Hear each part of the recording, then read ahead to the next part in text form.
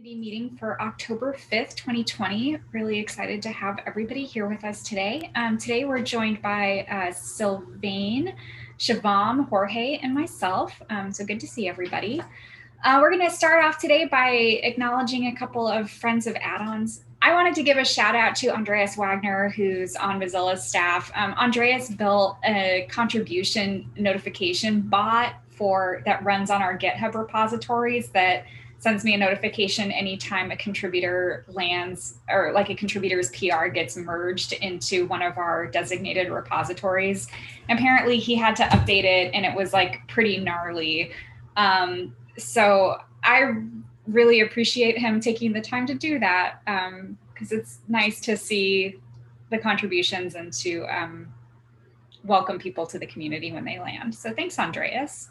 On a related note, thanks to the contribution bot, I would also like to recognize we had 3 folks who just made their first contribution to one of our repos. So I just wanted to thank Tima1702, Sparsh Bonsal, and Konema for their recent contributions. Thanks, y'all. And then Sylvain, did you want to read your bullet point? Sure.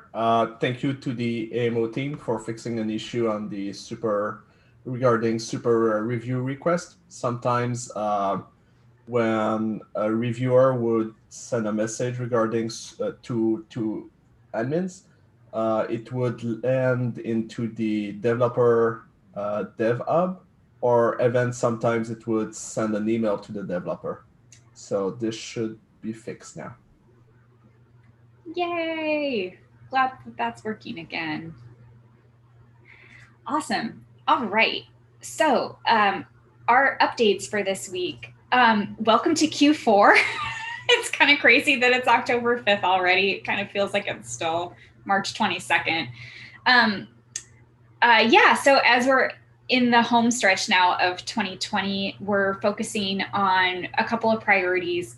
Number 1 is our promoted add-ons pilot program that is currently in progress. So we'll be focusing on that for pretty much until the end of November, and then December usually ends up being a pretty short month because of the holidays. So we'll see what happens with COVID this year, because a lot of people won't be traveling as much as they probably have been in years past, but we're still anticipating that December is going to be a pretty quiet month, I think. So we'll be supporting the promoted add-ons pilot program during that time. So we've got some engineering work that is still going to be happening once we get everybody up and running. We're also going to be doing, finishing the research on contribution prompts. So we're testing a couple of different ways that add-on developers ask users to support them financially. Our goal is that we can find a prompt so we can ask on behalf of developer. So Mozilla can ask for financial support on behalf of developers to kind of shield them a little bit from some user blowback and some negative reviews. But if we're going to do that, we want to make sure that we do it kind of in a way that is like a best practice. Like we want to go out with our best foot forward. So we're doing a little bit of research right now to kind of test some different styles of asking people for donations, with the hopes of kind of seeing any trends or anything that can strengthen the contribution prompt that we make available to developers. So the goal of the contribution prompt is that this would be something that any developer could use. It's probably going to be mostly focused on smaller independent developers.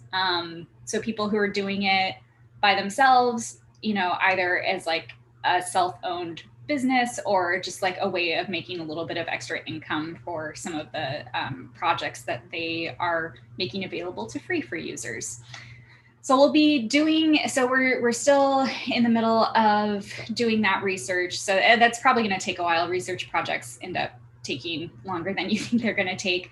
And then hopefully we'll be able to make some progress, if not in Q4, hopefully in Q1 of 2021. And then one of the third things that we're still looking at is increased add-on support in Phoenix. So last week we announced the implementation of an override in Firefox for Android Nightly. So this uses AMO's collection features. What you can do is you can enable kind of like a secret setting in Nightly that will allow you to add a custom add-on collection. So from AMO, you can create a custom add-on collection. Right now, that's only, I mean, that is only limited to extensions that are listed on AMO. So this doesn't work for unlisted extensions. But you go ahead and you add those to the collection, and then you tell Nightly to look for that collection, and that will install those extensions into Firefox for Android Nightly. So we are not planning on having this override ride the trains. This isn't going to be bubbled up to beta or release. Because it's pretty gnarly. To be totally honest with you, this is like the fast and dirty override to make this happen. So in the event that we do move forward with full add-on support, which is something that we're still talking about, it'll be a much nicer experience. So what we're also, so we've heard some folks say that, you know, the collection the override doesn't work for them because the extensions they're interested in running are not listed on AMO. So we know that, we acknowledge that, we're sorry that you're currently still locked out of using those extensions, but we have given a little bit of thought into the installation flow for unlisted extensions, and that belongs with kind of our general add-on support planning process. So when we have any updates about general add-on support, like, we're treating installation of unlisted extensions as part of those conversations, and not necessarily as part of this override. Wasn't really meant to address that. So that's where we are with that. So you can find instructions for how to enable the secret setting for Firefox for Android Nightly on our blog. We'll be updating some of our developer documentation too. And then the thing that I'm interested in getting out more, because a lot of developers haven't seen the new UX guidelines for how to optimize their extensions for the new Firefox for Android. So I'm still hoping that we're going to be able to release some guidelines on Extension Workshop between now and the end of the year, so that folks at least have the opportunity to take a crack at it and get their extensions working on the new Firefox for Android in a way that kind of like doesn't break things. So we're also there's a couple of web extensions APIs that are currently not available for Phoenix. Some of those are in progress. We haven't really discussed ways of, sorry, my brain just took a small nap there. We haven't really discussed ways of like asking for new API implementation, but Jorge has a new role with the add-ons team. So Jorge is now going to be product managing add-ons in both Firefox, AMO, and also on Phoenix. So, and the Web Extensions API. So Philip is taking a step back from being product manager of the Web Extensions API. He's actually now my manager. So he's going to be managing the community and an editorial and operations team. So it's not really going to affect how any of us show up at work. It's just, if you have questions about the Web Extensions API, you can now ask them to Jorge.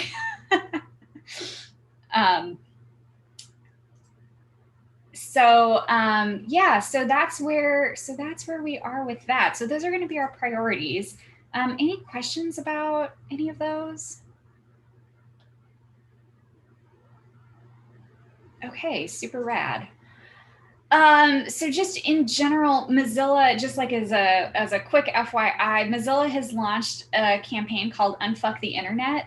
So it's kind of a call to action for folks who are unhappy with the way the web are unhappy with current, breakages in the internet or things that are painful and gross. So this is a marketing campaign to hopefully attract new users over to Firefox and use some Firefox products. There's a couple of extensions that are going to be included in this campaign. So you might want to check them out and recommend them to folks. So I've linked to the landing page for the campaign website. So if you want to share that with people and get them on board, that would be super awesome. All right. And then as another administrative note, the MDN had been running a web DNA survey targeted towards web developers for the last couple of years. That is still moving forward. So there is a cross-browser team of stakeholders who are involved with the survey. And so the survey is still on track. It's, folks, a lot of people would be really interested to hear kind of like what the web developer experience of the web currently is and what are some things that browser vendors can do to support them. So that should be available pretty soon. You might want to check out MDN sometime in the upcoming weeks and take that survey. That would be really helpful. We're also not anticipating having any extension developer specific questions on it because this one seems to be a little bit more about web basics rather than like extensions. So there's going to be some questions about CSS and HTML and JavaScript. So we'll take a look at the results of those and see if there's anything that we can kind of like extrapolate about extension developers. But we are thinking about doing another extension developer survey. It's probably not going to happen in 2020 just because it's a crazy year and we're on the home stretch, but hopefully in 2021 we'll be able to run something. All right. Okay. So the next bullet point that I had listed was to talk about Phoenix. So we already covered that a little bit. I just wanted to highlight, there's a couple of like nitpicky things about how the override works that you might just want to keep in mind. Number one being that there's no pagination support in Phoenix, which means that it'll only show the first page of your collection on AMO. So AMO collections you can add as many extensions as you would like to a collection on AMO, but when you go to look at it at Phoenix, it'll only show you the first page. And right now the first page only shows the first 50. So we bumped it up from 25 to 50. Best wishes if you would like to run more than 50. You won't be able to see them in that special add-ons collection. Also, this is pretty unstable at the moment. So like we personally don't recommend running that many in Phoenix, but let us know how it goes. If that's something that you're interested in doing. And the other thing is that your collection can't have any spaces in the collection name. You either have to use a hyphen or you just have to make it one word with no spaces in it. Otherwise, it won't recognize it and it won't work. Okay.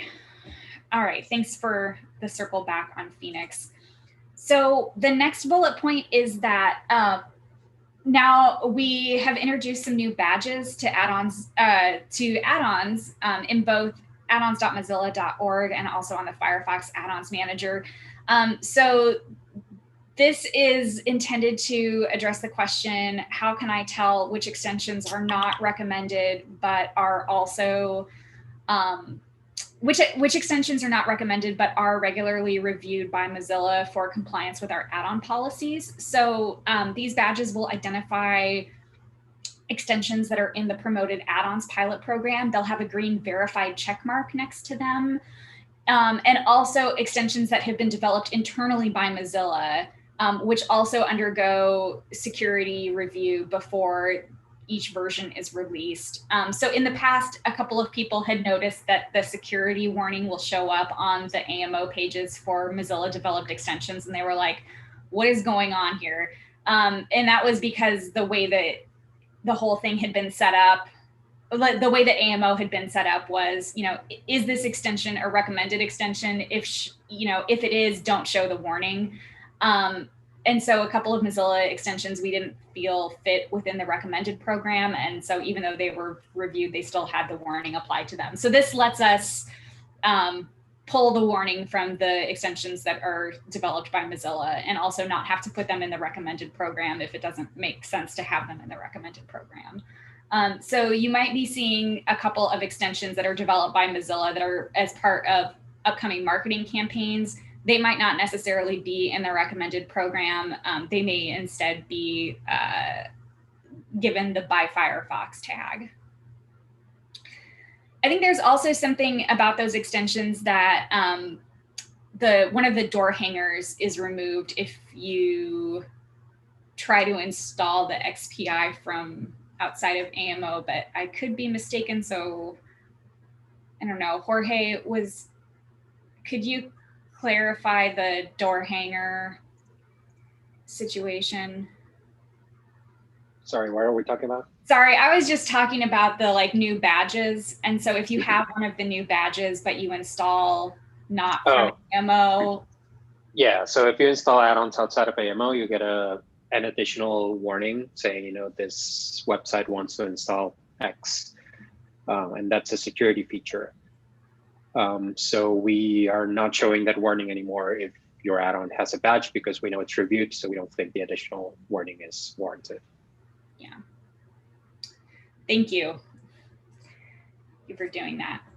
So yeah, are there any other questions about new badges on AMO? Okay. You should start seeing them around this week. I think we have a couple of extensions that are currently badged with both verified and by Firefox. So they're out in the wild now. It's very exciting. Yeah, it's on Facebook Container. It's on Facebook Container. Okay. Nice. All right. And then earlier, well, a couple of months ago, we had said that we were about to start requiring add-on developers to put their Firefox accounts under 2FA authentication and push for it and like trigger the 2FA authentication when you try to make a change to your add-on.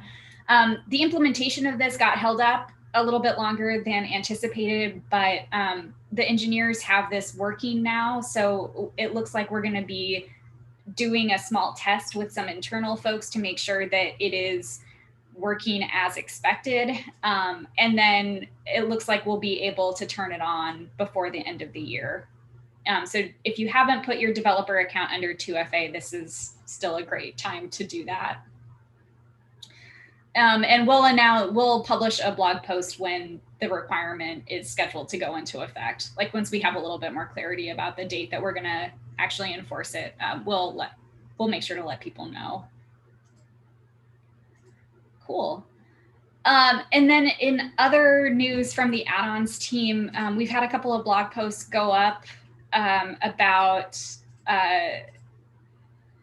things that are not necessarily related to extension development, but may be fun if you're interested in doing some reading. So one of them, Stuart wrote an amazing and very detailed blog post about about porting the Firefox extension workshop site from Jekyll to 11D and all of the things that were involved with that. It's a really fascinating read. So that's been published to the Hacks blog. And then we wrote a little blog post about our add-ons interns, Lisa and Atik, who were with us over the summer to build some features and tools for the team. So we interviewed them and asked them a little bit about their experience, and they're both lovely and both of their projects were really great. So if you're interested, give it a read. And those were all of the updates that I had. So I think we can move on to questions. So I see that Sylvain had asked, how do 2FA accounts work for people signing their extensions via Webex? And that is a great question. So when we initially announced this in 2019, in last December, the answer was that 2FA would not be enforced for signing using the API. I don't think that's changed, but we should ask Jorge. It hasn't changed as far as I know.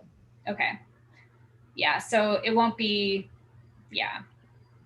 We are not planning on requiring that.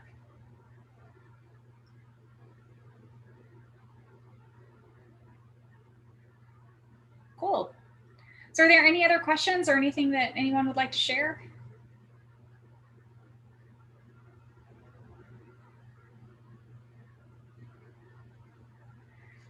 Okay, very cool. Well, it was lovely to see everyone this morning. I hope everyone's week is off to a good start, and we'll talk to you later. Thank you. Bye-bye. All right, folks, thanks. Bye.